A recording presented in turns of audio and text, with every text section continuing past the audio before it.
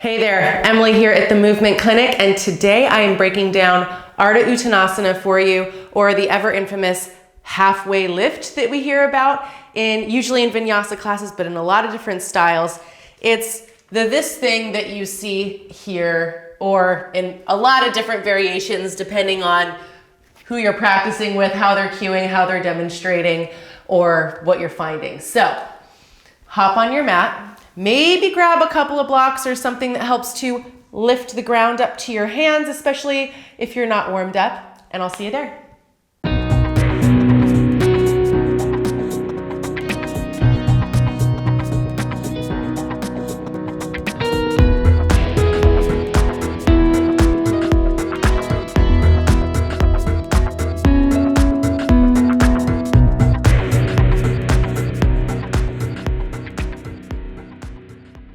Let's hop right in. So this halfway lift seems deceptively easy and kind of like, well, what's the big deal?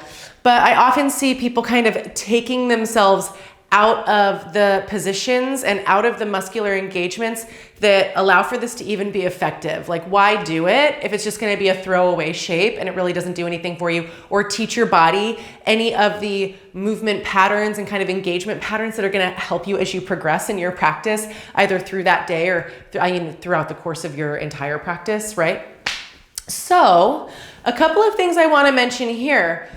We're creating an L shape with our body, right? And often what I see is that people stick their hips way back behind their heels, and they're either rounding the back here in an attempt for their hands to find something, right? And maybe they're totally rounded, or maybe they compress the back of their neck and look up, and you can hear what that does to my voice and really the ability for me to find an easier breath, right? It just kind of doesn't really make sense to do this. Or I see that they're dangling their hands possibly with hips way back, right? There's all different types of combinations of how I see this done kind of less effectively than what we're going for today, okay? I also see people who are hyper flexible and hyper mobile, kind of really getting into this where they can press the legs super straight and flare ribs, stick their chin out like the chin is trying to win some sort of a race to, the ultimate pose. I'm not sure. But I see this a lot because our egos want to make a bigger shape, and this really doesn't make any sense, right? And flaring the ribs and really arching the back, not what we're looking for. What are we looking for? We're looking to start creating an active engagement along the front line of our body to help open up the backs of the legs.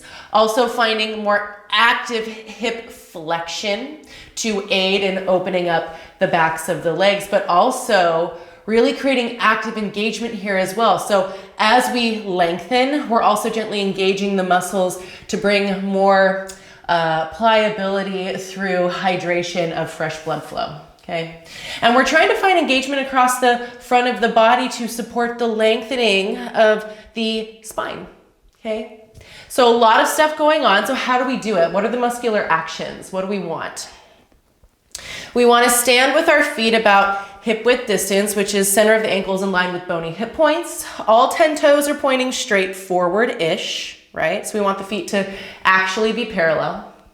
Now, if you don't have blocks, a nice place to start is where your fingertips land lightly on your shins, not pressing back on the knees, not pressing down really firmly so that you're taking the work out of the engagement of the core and these kind of upper fibers of the rectus abdominis.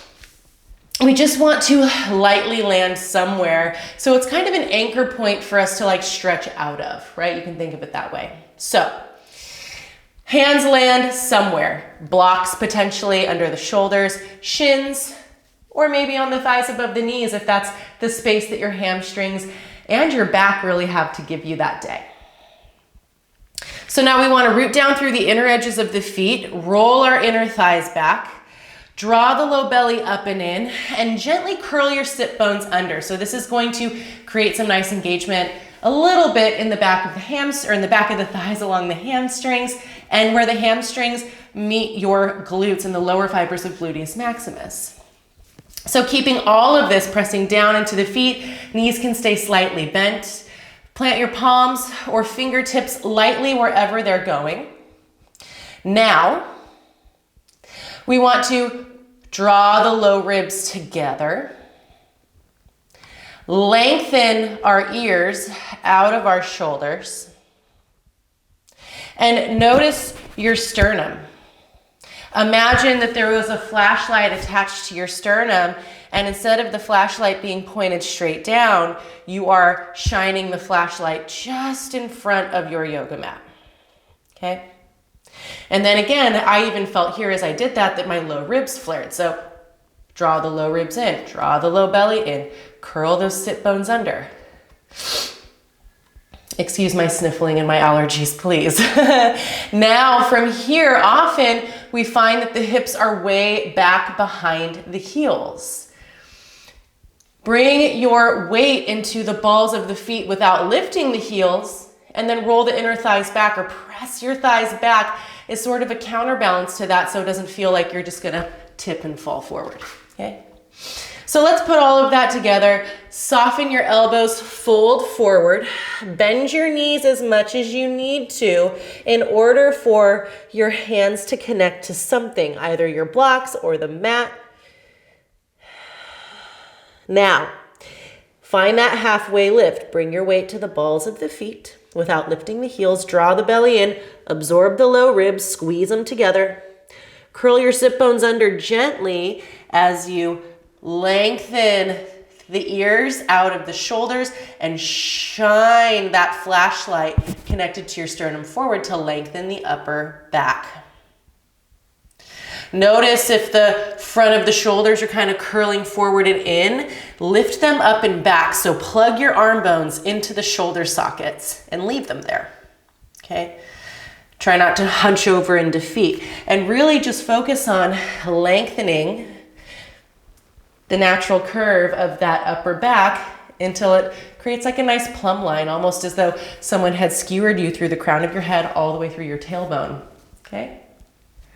So let me know how that goes. This can be a really nice opening for the backs of the legs, but also preparing us for things like Warrior 3 as we start to teach the upper body how to kind of engage and lengthen in all the ways as we start to resist gravity before balancing on one leg or the other. Okay, so again, this is an opportunity to start building some more ideal movement patterns and engagement patterns that are only really going to help you in your practice, as opposed to just being some sort of like throwaway in the middle of something shape that we make that we don't really quite understand. So I hope that this has given you a little bit of insight. Let me know what you think in the comments, and I look forward to seeing you in the next class at the Movement Clinic. Thanks, guys.